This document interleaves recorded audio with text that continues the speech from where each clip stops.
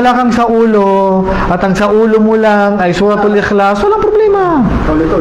Kasi meron sa time ng propeta sallallahu alaihi wasallam, isang leader ng mga mujahidin, leader ng kawal, mga sundalo ng Islam, nagsala sila sa isang leader nila. Pabalik-balik lang yung binabasa ang ikhlas.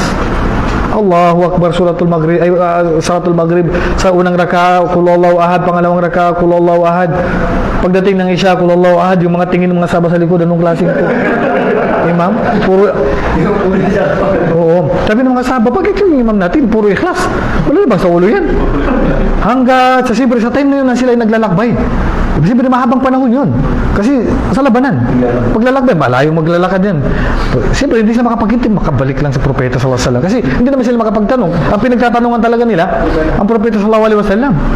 Ngayon, pagdating nila sa propeta sallallahu alaihi wasallam, siyempre gusto nila magtanong, ya Rasulullah, yung leader namin puro ikhlas. Baka pwedeng matanong bakit ikhlas. So, pinatawag siya ng propeta sallallahu alaihi wasallam. Sabi niya, bakit puro ka ikhlas? Narinig. Sabi niya, totoo ya Rasulullah, kasi gusto ko yung aya na to. Gusto ko yung katangian ng Allah. So sabi ng propeta sallallahu alaihi wasallam, mahal ka ng Allah at ka na yung sugo. Ngayon, hindi ganun yung okay lang kung yung dahilan. Ngayon, pag tinanong mo, bakit ikhlas? Yun lang sa ulo ko eh.